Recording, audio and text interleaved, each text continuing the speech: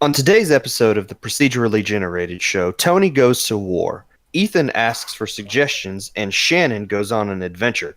We talk about some of the biggest news stories of the week, and Edward DiGernonimo of Saturnine Games joins us to talk about what he's working on and the recent news of his games leaving the Nintendo eShop.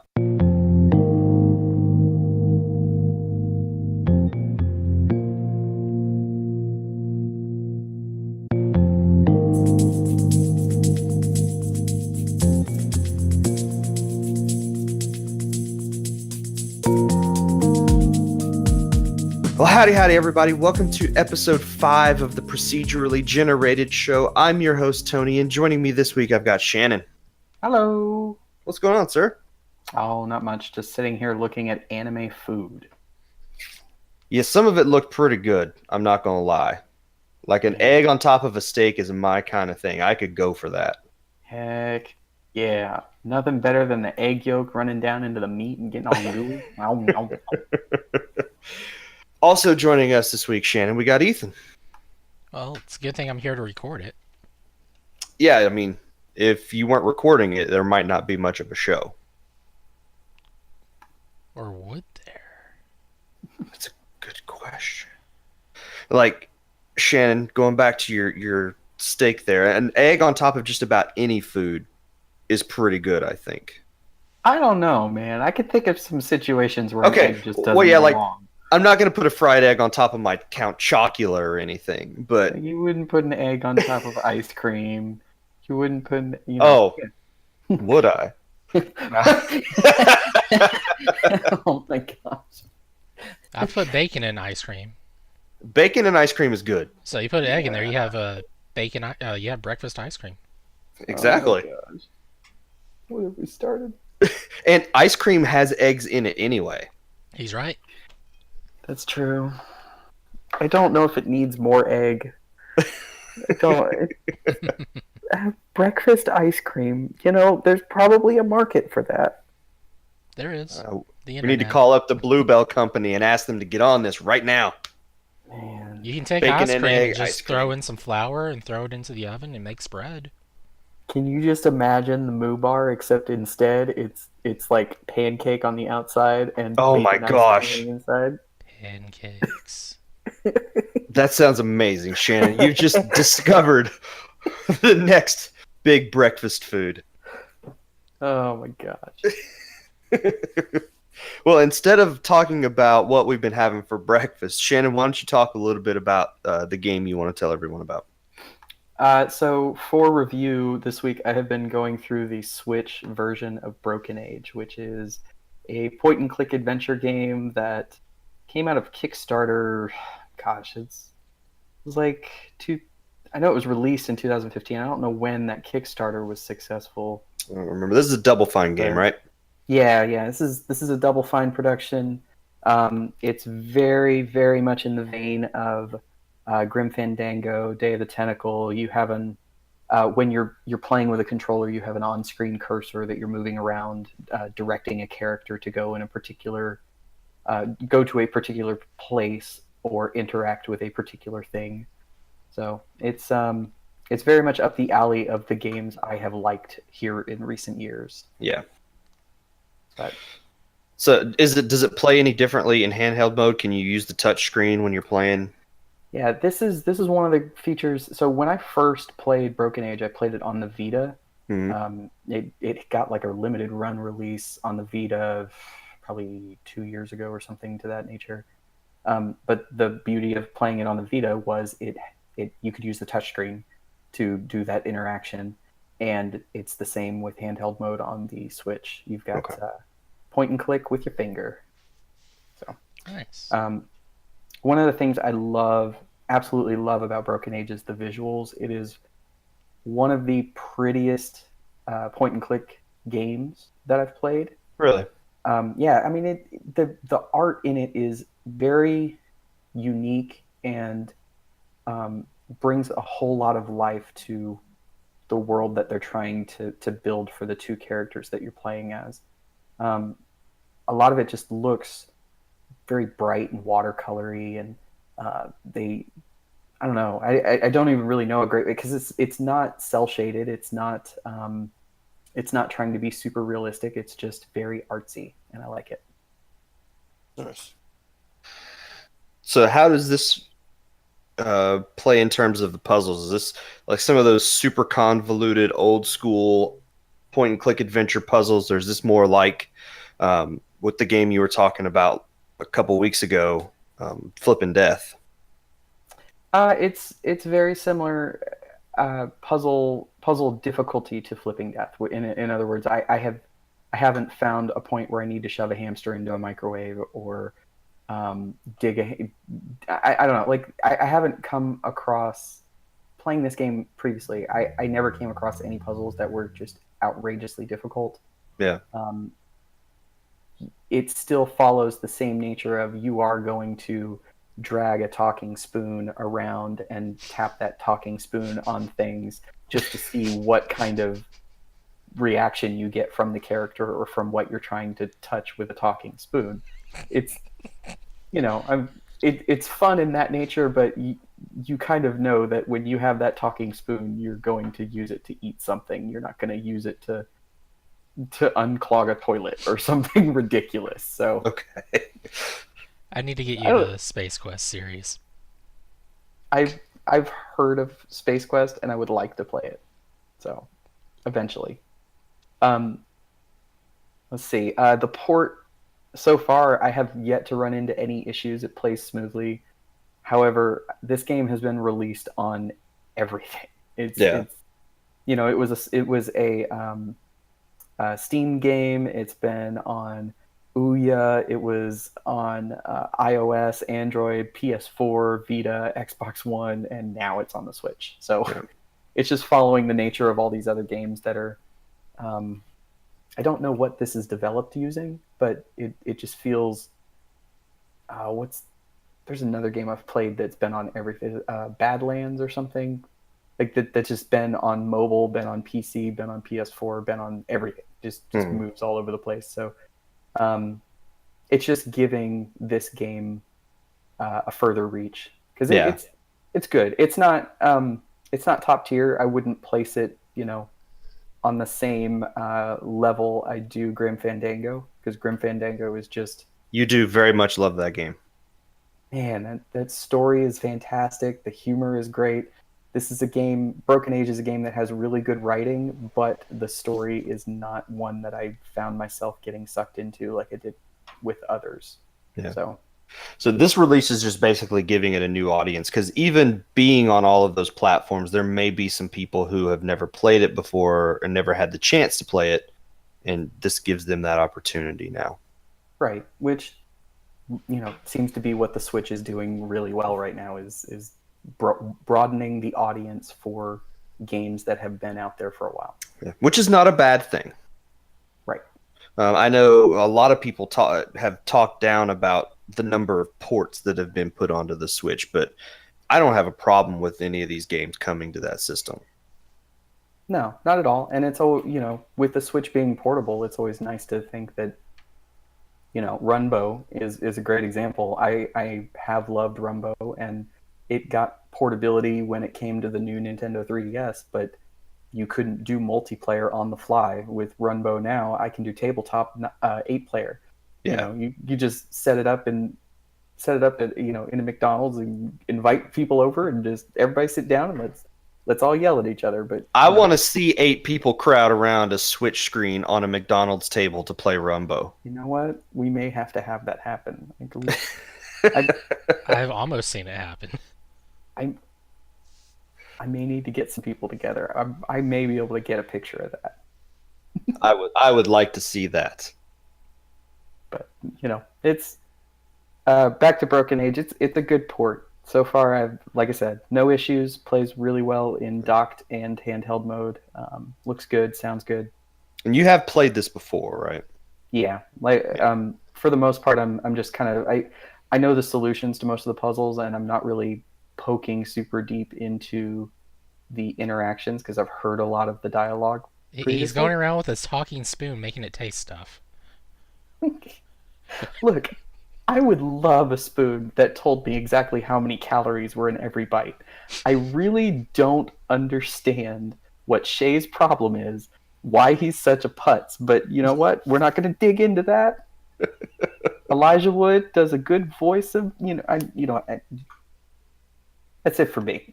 All right. What have you been playing, Ethan? I've just been playing the usual stuff I've been playing, so there's really not much for me to mention that's new. So you've been playing Destiny. Destiny, Stardew Valley. It gets really boring to talk about. So, you know what? I'm going to do something different. I want you, the listeners, to go to our Facebook page, send us emails, whatever. Hit us up on Twitter, of all things. Tell me something I should play. If I don't I own know, it, I know, I know, I then know. no, not Bullet Witch. Play Forza Horizon 4. I'm not going to play Fortnite. I might consider Forza. I don't know. Depending on the game, if I don't own it, I might go out and get it. But it's got to be something I can stream. And no, I'm not going to do Five Nights at Freddy's either. If you stream Forza, you earn experience. And I also get experience for watching people play Forza. Yes, you do. It's wonderful. I could do both at the same time.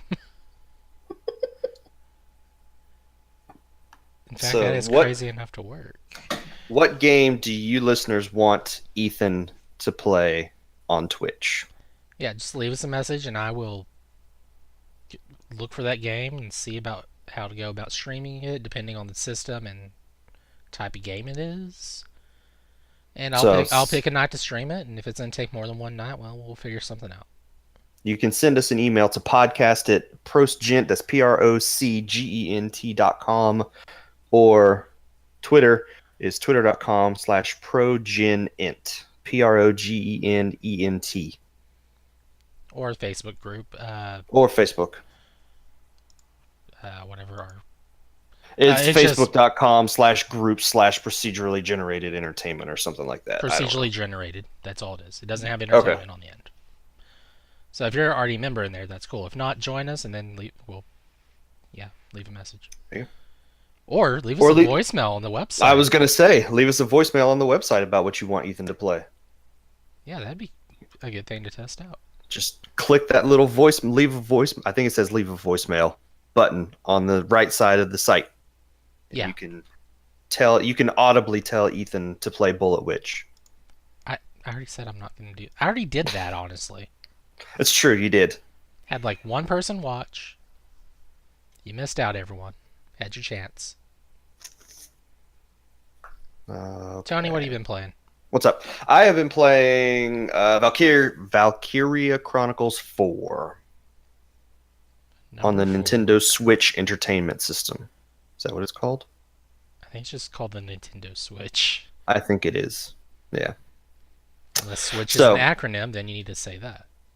It stands for... I can't come up with that on the fly. Super Wobbly Intergalactic... Teleprompting... Computer... Horse. There you go. I think we broke Shannon. Why is my Switch a horse? How is that a thing? My first horse in Breath of the Wild, I named Switch. Oh my gosh. I couldn't come up with a name, and I didn't want to name it Epona, because I knew if you used some of the Zelda amiibo, you could get Epona, so I didn't want to have two Eponas, and I couldn't think of a name, so I just named it after the system. If I'd have played it on the Wii U, my horse's first name would have been Wii U. Oh my gosh. I used that horse through the entire game, too. When I got Epona, stayed at the stable. I wasn't using Epona for that game. It wasn't until I got the Ganondorf horse that I switched horses. But you couldn't stable that horse. You can stable that horse. Oh, you can? Yep. I think the only one that I've come across is the legendary one that... Yeah, that thing. Can't stable it. Say no more on that one. Spoilers. So I've been playing Valkyria Chronicles 4.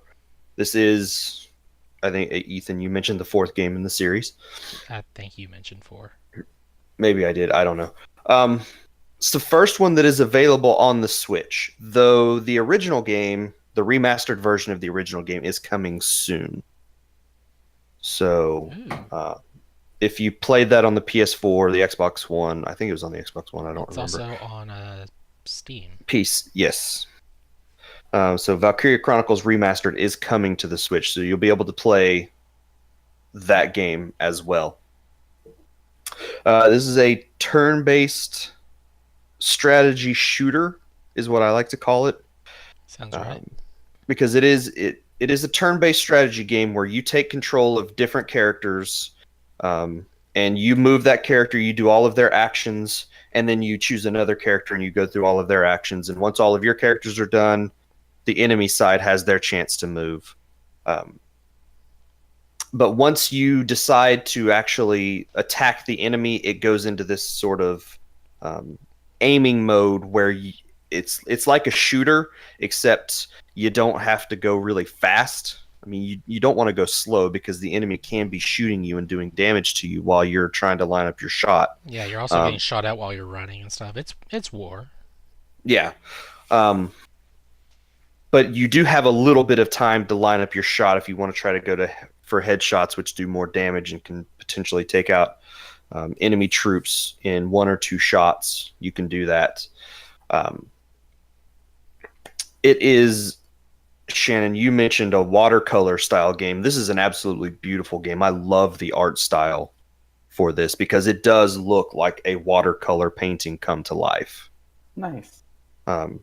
They're really, really nice. The game takes place during the events of the first game. Actually, it's another portion of that war, but it takes place virtually concurrently with the first game in the series. That's cool. So I was curious to know how they were going to do that. I haven't seen any of those characters cross over yet. I'm curious to see if that's going to happen at any point. But it is sort of it's like, a lot of people called The Force Awakens just a remake of Episode 4 of Star Wars. This is a lot like that, where it's the same sort of game, but you're using different characters and the scenarios are slightly different.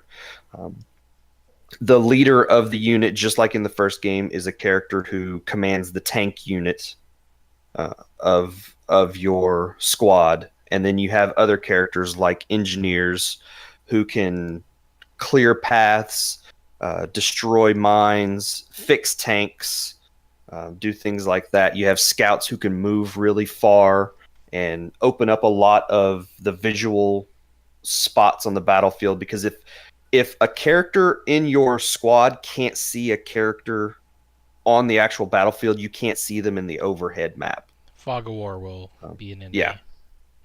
Are the scouts still the most broken class if you level them up? They are very powerful. Yes, I rely on them quite a bit. They have like the farthest range and they carry a rifle. They're great. Yes. Yeah, I mean, they can move a long way. Because whenever you have a certain number of command points, which are the number of actions that you can take in a turn. But then once you decide which character you want to move, you have this sort of action bar that looks like a fighting game health bar. And the scout's health action bar there is really long compared to the other characters. They can move long distances on the battlefield very quickly. And they are really good at shooting as well. So then you have other characters like Lancers who can do big damage to armored units, like tanks and things of that nature. A new character class that I think is brand new for this game is a mortar unit, where they carry around a mobile mortar, so they can reach long distances, but also go behind cover, so that as long as one of your other characters in your squad can see them, you could target characters behind, cliffs or buildings or whatever. And that comes in handy pretty early in the game, because there's a couple of scenarios where enemy troops are high up on like these castle walls that your regular characters can't really reach, but this new mortar unit can. It's interesting. So it's got all of the things like in an RPG where you're leveling up the characters and you're earning money to research new weapons and things like that. So when you earn those, you can give those to your characters, and it allows them to do more damage or take more damage or even be able to move farther on the battlefield. So when you do all of that in between battles, the one thing I've noticed with this game, and it was pretty similar in the first game, is there is a lot of story in the game. So, if you play for 2 hours, you're going to do 30 to 45 minutes maybe of actual fighting, and then an hour of cutscenes in between those battles. Unless you're a perfectionist, saving every turn and reloading. That's true. I've never run into a scenario where I had to do that though. So, because this game does have, like in Fire Emblem, where characters can be taken out and then they're not available anymore after they've been defeated in a battle. You do have, if they do take critical damage in a fight, you do have a chance to go and rescue them and have a medic come and take them off of the battlefield, and then you can use them in further turns or further battles.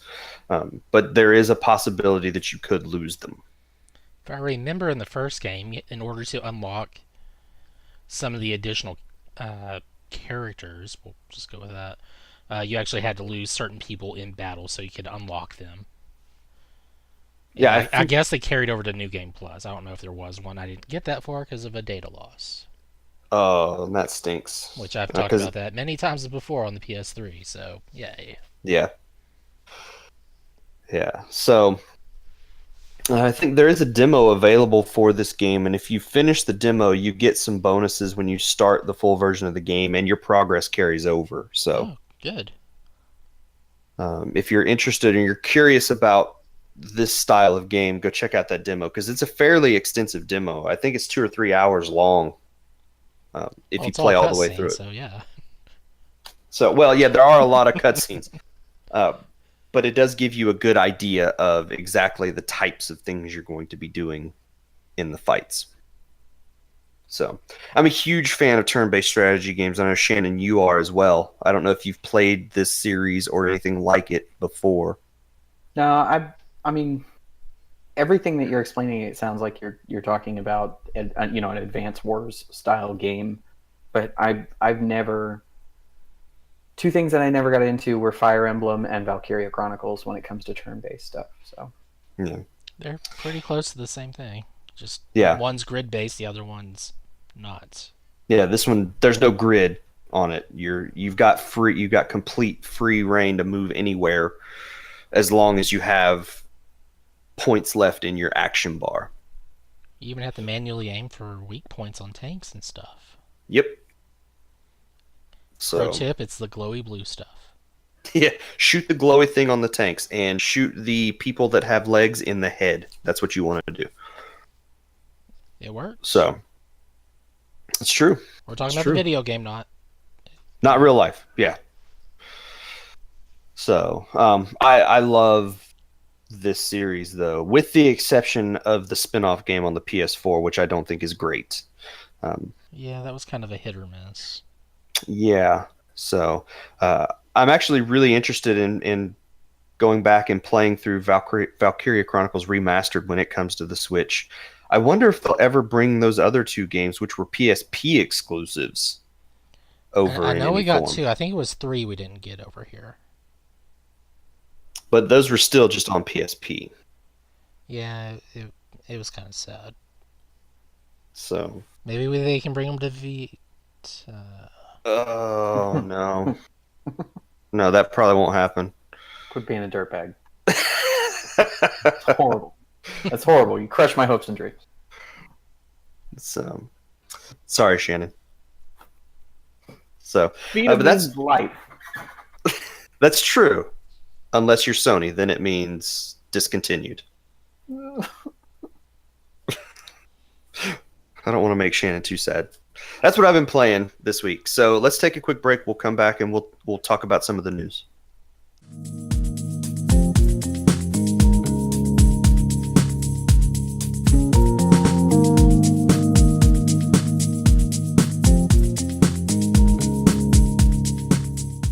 I think we talked a little bit about this last week, guys, but with the Monster Hunter movie, Yeah.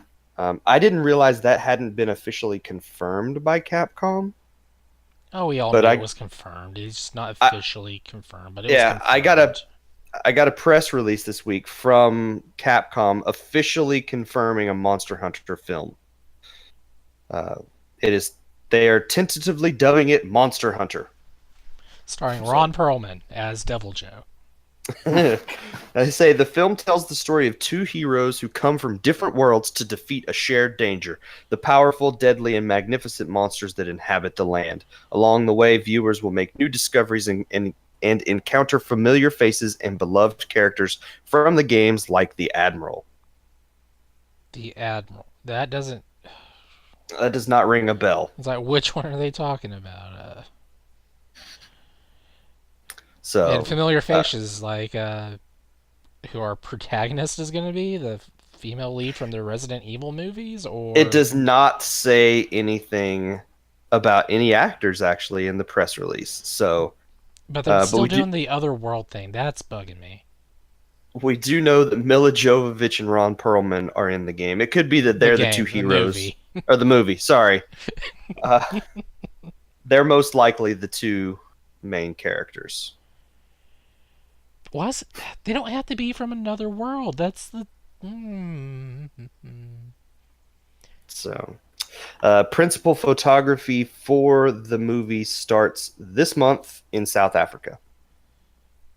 Good.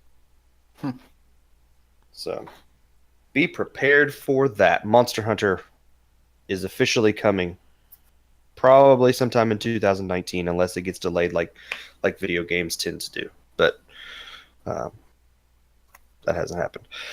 They also this week confirmed that they are working on a Mega Man live action movie.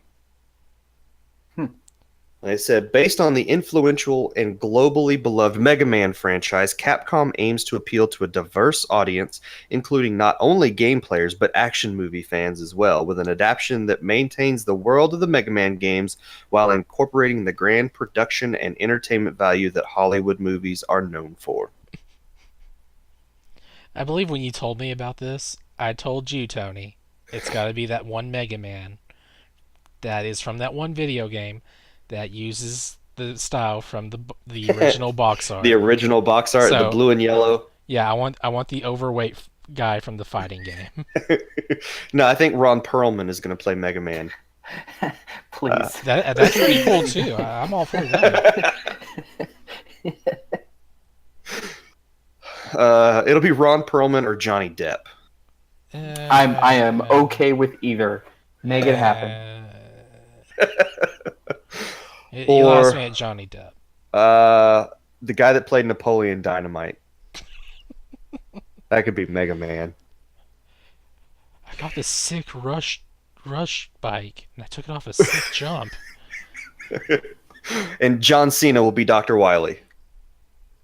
Man. Well, you just made it where the protagonist can't win now, Tony.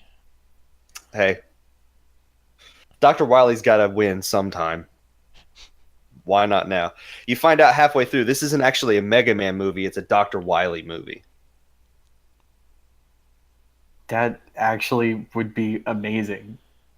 Well, I mean, Dr. Wily technically wins. All you're seeing is the downfall after his reign's over. Or this could be a comedy. Will Ferrell is Mega Man and John C. Reilly is Dr. Wily. Oh, who's that guy from the Italian Job? Mussolini.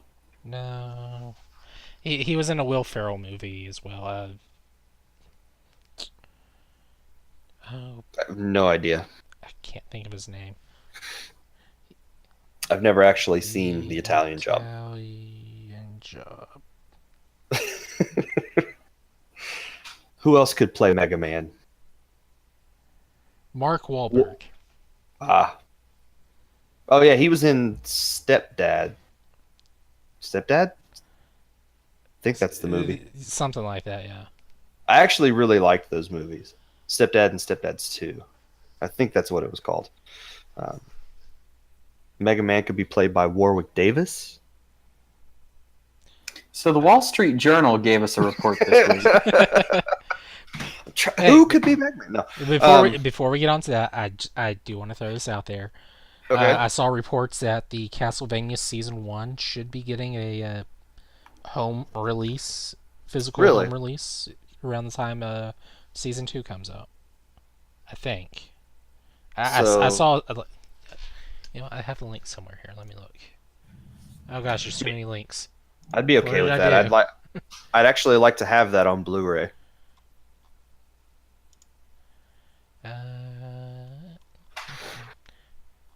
So that was a pretty good series. So was that about the Wall Street Journal? The Wall Street Journal in Japan this week is reporting that Nintendo may be prepping a new version of the Switch for next year. I mean, we've been hearing some, talk, and it's not been anything more than talk recently about the possibility of a new version of the Switch. It would make sense. Nintendo does revisions to their hardware fairly often. But we're seeing more and more of this talk, and it's starting to come from pretty reputable places that Nintendo may be working on a new version of the system. I'm okay with it as long as they don't call it the new Nintendo Switch. Yeah, we don't want a 3DS new 3DS situation. No, they need to do something. Call it the Switch Pro, the Switch Deluxe, something like that makes it sound like it is a completely separate system. The Switch Mini Classic. Ugh. The report says that the move comes as Nintendo hopes to boost sales momentum of the Switch, which has dropped off since the system first launch. It's claimed that this new model would share many features with the current version and be compatible with existing Switch games software. They're also saying that Nintendo's still debating what new hardware and software features to include in the upgrade, one option being an upgraded screen closer to those found in more recent smartphone LCDs, which would make it brighter, thinner, and more energy efficient. Mm-hmm. I would think if there is going to be a new version of the Switch, it's going to allow you to do things like run games at 1080p in handheld mode rather than just in docked. I don't think we're going to see a size change with the system. If we do, I think because of the Joy-Con, they're sort of locked into a particular size. Does that seem wrong? Could you see them doing something like maybe releasing a version that doesn't have detachable Joy-Cons? I don't know. I could see them doing one that is specifically handheld mode. That wouldn't terribly surprise me if they were going to kill the 3DS. If it turns out that next year is end of life for 3DS, it wouldn't surprise me if they made something that was exclusive for mobile, or maybe something that better or it doesn't come with a dock, but they make something small and simple that like a little adapter that you just plug into the bottom or something. I don't know. I mean, we don't know what Nintendo's going to do. They could come out and they can say, "Oh, it's actually baked goods." The Nintendo Switch is actually a cake. I'd be okay with that. Going for a speed run on this one. But I think the most likely thing is something to just beef up the handheld mode of the system a little bit. Maybe make the screens a little nicer, give it a better battery life. It's going to be things like that. It's not going to be something that is going to split the user base. First of all, I think they absolutely would want to avoid that. They tried something like that with the 3DS, with the new 3DS, and I don't think it worked out. There was one, maybe two games that were new 3DS exclusive. Yeah, not many people took advantage of the extra buttons. No, they didn't. I mean, there were obviously a few that did use it. Monster Hunter is a good example of. Well, yeah, you got better shadows on that one. So that's what I think would happen. You're going to see a slight boost in performance, something that maybe would allow you to run 1080p so that games don't look or play differently docked versus handheld, something like that. So, but again, this is not confirmed. This is just a report, a rumor coming out from media over in Japan that Nintendo is looking to probably release a new version of the Switch sometime next year. I would think E3 time would be the time they would make an announcement like that, and then it would come out later in the year. Or they'd announce it and show it off at E3. Yeah, something like that. So be on the lookout for that. And then Shannon, you've got some news here about Splatoon 2. Yeah, so we are actually getting a Splatoon 2 Halloween update with some specific content. So, first of all, the October Splatfest is going to be Trick versus Treat. Okay, that makes sense. Yeah. Inkopolis Square is also getting a spooky makeover, which some of the pictures that I saw on the Splatoon website, it just kind of looks like the same makeover that happens when a Splatfest happens. So like when Splatfest happened, the whole Inkopolis turns into like a concert stage. It looks like they're doing something very similar, but it's all Halloween themed. And then they're also doing something that I haven't seen before, but Tony, you said you've seen a lot of with Breath of the Wild, and that is they're making some specific headgear pieces that are only redeemable through a newsfeed link that is coming out of the Squid Research Lab report. Yes. It's something they've been doing that with Breath of the Wild for quite a while, where they'll talk about, they'll give you some in-game hints or some hints about things that can happen in the game, and then attached to that news article on the Switch's home screen, there'll be if you launch the game from inside the Breath of the Wild news story, it will drop news story specific items into your inventory when you launch the game. Yeah, so that's how they're doing these four particular headgear pieces, which is it's a Kayonishi hat, little devil horns, a hockey mask, and an anglerfish mask, which all apparently have their own particular perks and bonuses like anything else in Splatoon. Yeah. But one thing that they're making very serious on that website is once it drops off of your newsfeed, it's gone for good. Mm-hmm. So keep an eye on your newsfeed. They even suggested a way to prompt that article to show up in your newsfeed, and that's keep the game in your system while you have it in sleep mode, or what was the other? Keep the downloaded game on the front of your on your system homepage. So I guess don't let it fall into the menu. Yeah, my news feed is like super cluttered because I get news from 4 different regions. So I just don't check mine. Is there a way to turn off the news feed for particular regions? There's not that I know of without removing that profile from your system. That's one thing I would like them to do, is to be able to allow you to just drop those news feeds off if you don't want them. But that may not be anything we get to do. So I have a ton of Japanese news. I have duplicate stories from like the EU and the US, and you have to actually look at the bottom of the article to tell which region the news is from. Because it will tell you, it says this news is for people in the Americas or this news is for people in Europe, things like that. So I don't think it'll matter which news story you would launch. If you do happen to have multiple regions on your system, I don't think that'll matter. You'll get the items regardless of which region you launch the game from on your news feed. But I would like to be able to drop the Japanese and the European and the Australian news off of my news feed if possible. So there you go. Castlevania Season 1 drops in, or physical home, whatever you want to call it, drops in December. Okay.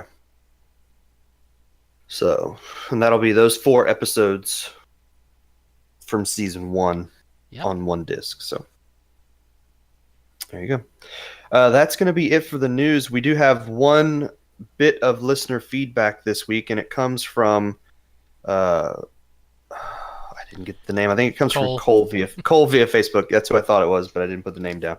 And he just wants to know, where do we come up with the ideas for what we're going to talk about each week? Basically, a little bit before the show, I go through the news and I pick out some of what I think are the most interesting news stories. We just have a battle to the death. Each week gets to pick the topics. Yeah, and then any of the other guys, if there's anything that's newsworthy they want to talk about, they'll toss that in there as well. For the discussion topics, it's usually something that's related to events that have been happening during the week. Like a couple weeks ago, we talked about the Switch Online stuff. I also try to get developers that have projects that are coming out pretty soon for the interviews, so that they can boost the interest in those projects that they've got working on. There's not any like super secret method. It's just what sounds interesting to talk about. What do we think would make the most interesting discussion topics? So that's really it. So there you go. No super secret ideas. It's just, and if there's anything that the listeners want us to talk about, if there's something in particular that happened in the news, or if there's some topic they're interested in, they want to hear our thoughts on that topic, send that along to us, because we take all of those suggestions for possible discussion ideas as well. All right, and joining us now from Saturnine Games, we've got Edward DiGernonimo joining us. How are you doing, sir? Hey, doing good today. Thanks for having me again. Well, thank you so much for being on.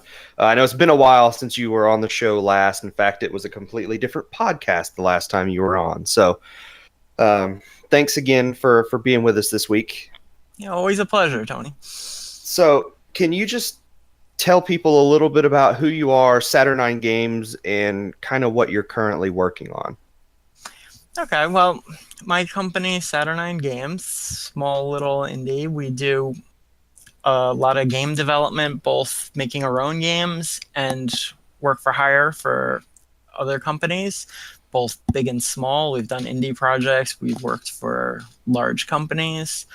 It's all over the map. We've hit practically every system out there: PS3, PS4, Xbox, Switch, Wii U, 3DS, some mobile stuff. Almost everything. So we try to work in our own games when we can in between the projects for other companies.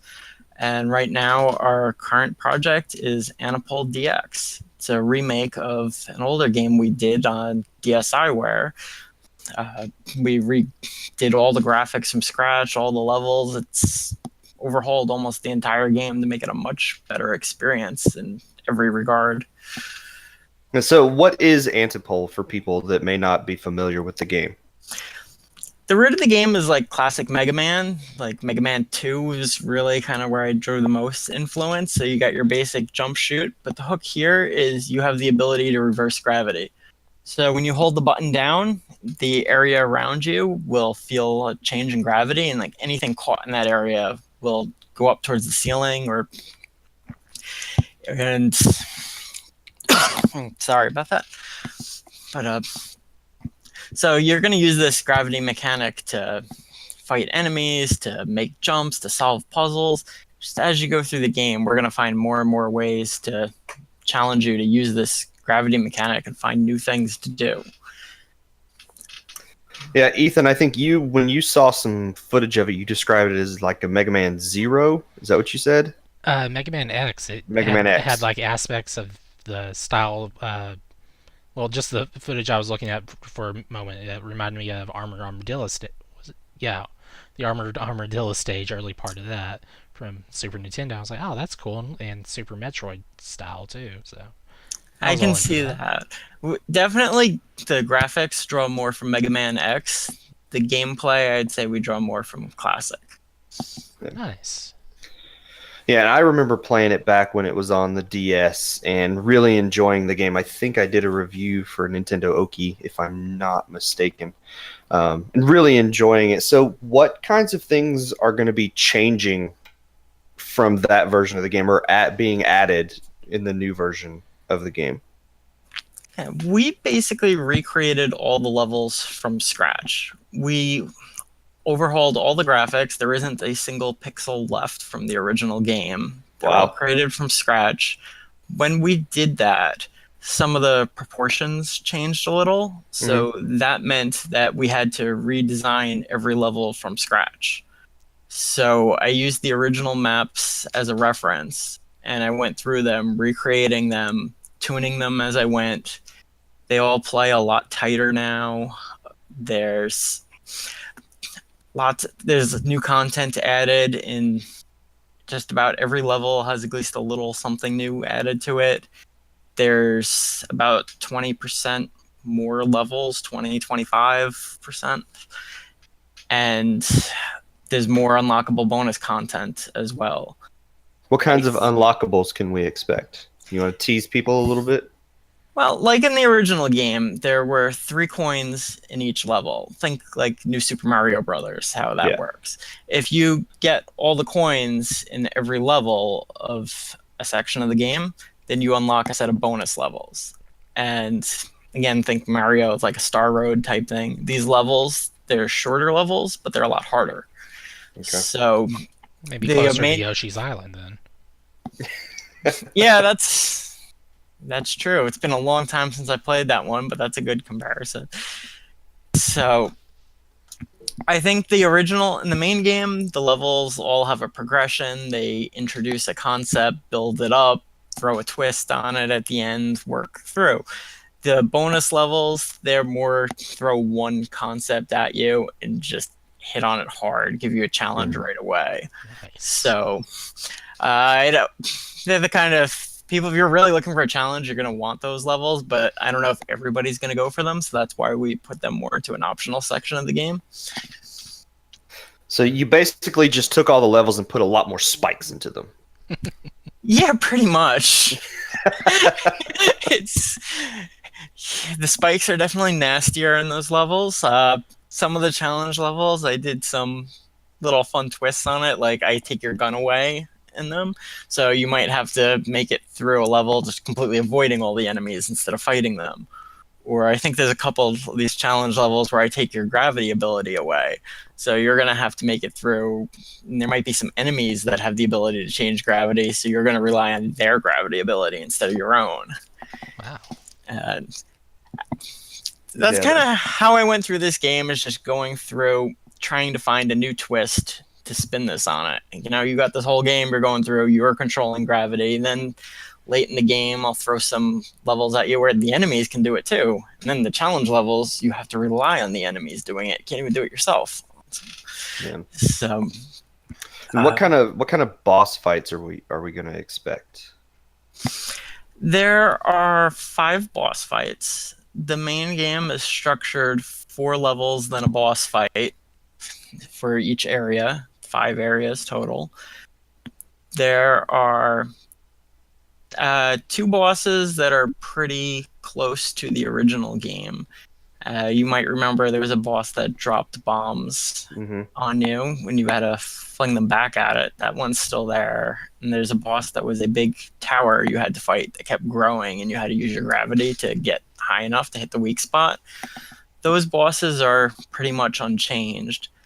I've got one completely new one. Another boss that got a big overhaul, and you can still see the similarities, but it's a much nicer fight now. And the final boss, we expanded the fight. Okay. So I'm not going to go too much into that, but we added to it and got to add a little something towards the end that I really wanted to do originally, but we just didn't have the time to do it. Well, it'll be nice to be able to revisit some of that stuff.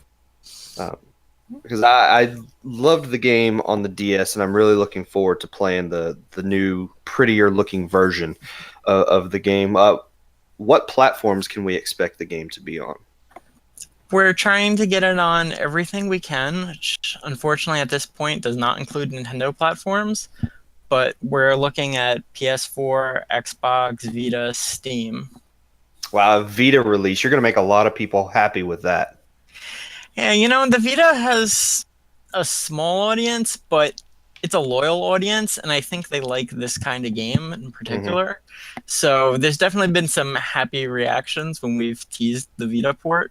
So, I know we're getting closer and closer to the official death of the Vita, even from Sony's standpoint. So we're going to see fewer and fewer games coming out for that. But like you said, the Vita audience is pretty small, but anybody who owns a Vita loves that system.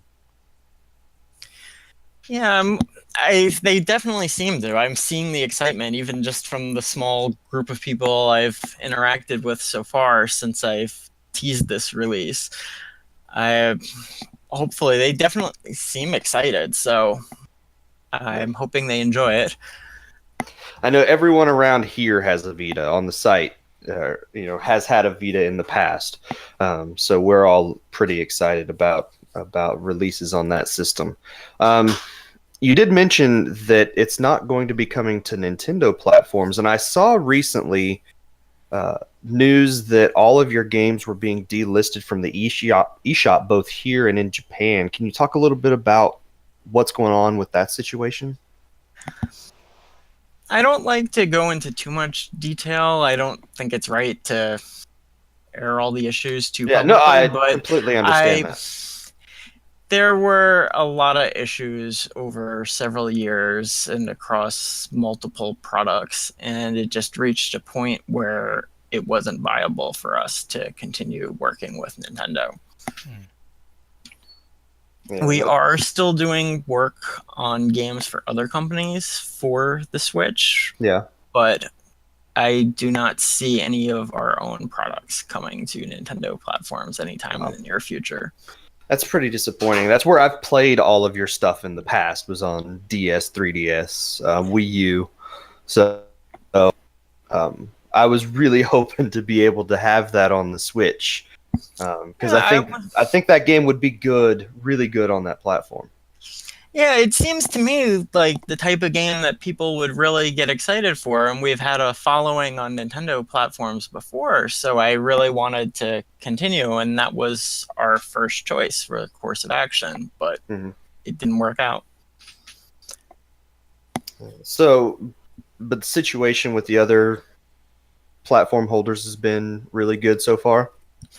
Yeah, it's been pretty easy to work with them. We're learning the ropes. We've never published a game ourselves on Sony or Microsoft platforms. I've developed for the platforms, but the business side is new to me. So they've been very helpful, but we're just working our way through the process, and every now and then we get little hiccups that we didn't know a step, and it delays the game further or something like that, but we're getting through it, and I'm really hoping to get it out early next year. Yeah. So we're looking at 2019 for the game? Right. Okay. And it's probably going to hit all those platforms at once. Bare minimum PS4, Xbox, day one. I'm hoping to get Vita in there too, Steam. Steam is probably the wild card in that. It's a little harder to do a PC release than a console, just from a tech perspective, all the compatibility issues. Right. So I kind of prioritize the consoles a little. Everybody having the exact same piece of hardware makes it a lot easier to get a stable, bug-free game out there. I can imagine. Is the PlayStation version going to be cross-buy? Yes, it is. Okay. Neat. That will make a lot of people happy as well. Yeah, it will. I wanted to do cross-buy 3DS Wii U originally. I never got answers on how to do that, but on Sony, apparently I just have to check a box when I'm filling in the forms and it's cross-buy. Yeah. So I think it's a win-win for everybody. I know my experience with the cross-buy stuff on Wii U and 3DS, it was a little convoluted. You would buy one version of the game, and then they'd email you a code where you could go to the eShop and download the other version. Or to be in your receipt or something. Yeah. Yeah, there were two ways of doing it. You could either do it like that, or you could set it up so that if somebody bought it on one, they could automatically download it on the other. It basically entitled them to a 100% discount when they bought it again. But I never got any answers on why you would choose one approach over the other, like if there were pros or cons, anything like that. So I don't even know exactly how it all works. Especially since it didn't really seem to matter which version you bought. If you bought the Wii U version, you could get the discount on the 3DS version, or if you bought the 3DS version, you could get the discount on the Wii U version. We don't have to worry about that anymore since the Wii U is dead and the 3DS is slowly making its way out, and the Switch, there's only the one platform, so it is disappointing we won't have that game on the Switch, but I understand, if it is a situation where it's just not viable, it makes no sense to do it. So, well, after Antipole, do you have any plans for what you're going to do after that? I don't know what comes next. This has dragged on a lot longer than expected, and I haven't even been able to think what comes next. It's just like, we thought we were wrapping this up a year and a half ago, and more than that, and then everything changed. So it's like, I don't know. I've been working on some other stuff, talking to some indie port stuff, some professional stuff. So there will be some other projects out for me on the Switch and stuff, and other platforms. But I don't know exactly what my schedule will look like after this. I'd love to see that main character from Antipole showing up in some other games like Brawlhalla or some of those other fighting games like that. That'd be fun. But yeah, I think we gotta get the game out first and get people excited, and then that stuff happens. I guess that's true. You probably people need to know the character before you can start asking for it to be in other games. Yeah. I tend to think that I'm playing a really hardcore Carmen Sandiego platformer when I'm playing Antipole. Oh gosh.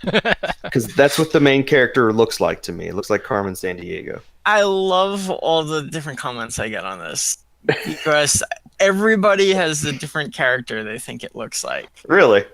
Carmen Sandiego is one of the more popular ones, but I get a variety of Castlevania characters people take. Okay. I think personally, I think the design reminds me a lot of the DS Castlevania characters, like GBA, DS, that era. Uh-huh. And I get Van Helsing, Doctor Who. I don't get that one. Yeah, that's a stretch, I think. It's like, all right, they both wear a coat. It depends what era you're talking about, really. Yeah. I've been watching a lot of Peter Capaldi Doctor Who today, actually, and I don't think your character looks like Peter Capaldi. No, definitely not him. I don't know, maybe more... I'm blanking. Some of the classic doctors, had the long coat and the Yeah, hat. More. David Tennant, I think, was the most famous for wearing the long coats. He did do. Yeah, he did.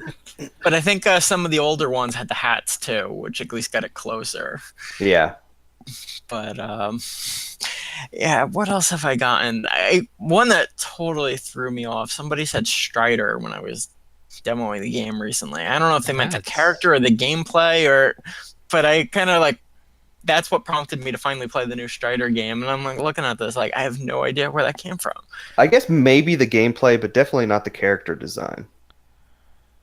Yeah, I think they might have meant the gameplay more, but it's hard to tell on some of the comments. It's maybe one of the older Striders. I don't know. What else? I've gotten Michael Jackson. I've gotten that one. I get a little more on the original game.